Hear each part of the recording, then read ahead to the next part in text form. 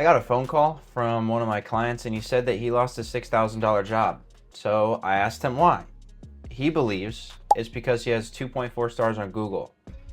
And I said, well, that could be the problem. So I told him to walk me through what happened, the conversation he had. And he said that, hey man, we sat down, we discussed what he wanted, we discussed everything he needed, and I written him up a quote, and then he just ghosted me after that. And I thought about it and realizing it, there's a lot of companies nowadays, local businesses, that write quotes up but then get ghosted by the customer.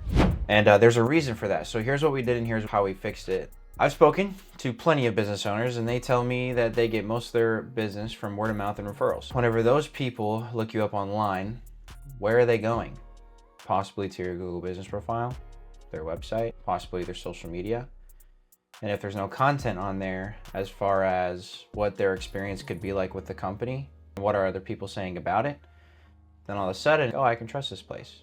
So the goal is to have as many trust signals online as you possibly can, because that's what actually converts referrals and people that look you up online to calls. And this company, the story that I told you about, appeared dead on the most popular search engine platform in the entire world. Nobody could find him. And how do you think his potential customers viewed him whenever he had 2.4 stars and 4 reviews compared to his competition? Probably not good. So let's say if you get a referral. 1, they trust the person who referred them to the business. Number 2, now they actually have to trust the company to actually solve their specific problem and not scam them, basically. They have to know that the company they're about to do business with can actually deliver on the service that they're inquiring about. So while that's the reason why you get reviews in the first place, is to show people what the company actually is and how they help other people and what other people are saying about the company as well, because people trust other people and their experiences with that company. So the more positive reviews you get, the higher quality you are perceived in the prospect's mind, meaning they will call faster. They'll call more, even higher quality prospects. Because think of it, someone spending 11 grand on a truck wrap possibly wants to do business with someone that has authority in the space. And you can do that through online, or you can do that through a one-on-one sales conversation if they even contact you. So here's what we did. We said, all right, bro, let's get a review sprint going. We're going to get you 2 reviews every single week to get you to at least 4 stars with at least 10 reviews. Then you won't be missing those people anymore. Here's kind of like the fundamentals of gathering reviews consistently, because you can get a review here and there, but Google rewards the companies online that are getting consistent reviews and results to customers that are posting it online. So here's a fundamental. When do you actually ask for a review from a client? Well, I've found that it's been best if you ask them right after you deliver the service to them and they're super happy with the results that they've been getting. So for example, if you're in the HVAC industry, after you're done fixing whatever they inquired about, ask for a review. And I'm going to get into how you do that in a second. They're more likely to give you the review whenever they're in a high emotional state.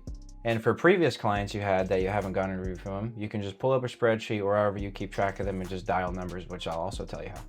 So here's the fundamental process. Number 1, either for new clients, ask them for a review after you deliver the result to them. And then for older clients, make a list of your old clients. If you already have them in a database, cool. Then you're going to start calling at least 2 people a week. And then you're going to have a link to your Google business profile for them to get a review. So you don't call them and say, hey man, can I get a review? They say yes, then you hang up and then there's no review. It's easier if you just give them a link or a QR code to scan, stay on the phone with them until they did it. So I'm going to put the script on exactly what to say in the description. And then from that, he went from 2.4 stars to 3.8 stars, and we're still doing it. But even just that little jump, he went from 3 calls a week rather than 3 calls a month. So that's why consistent reviews are important. Because the guy who has less reviews but are consistent compared to the other company, Google's going to reward them over because Google likes people using their platform. So just from that small review change, from getting 10 more reviews, he went from 3 inquiries a month to 3 inquiries a week. So marketing doesn't have to be hard.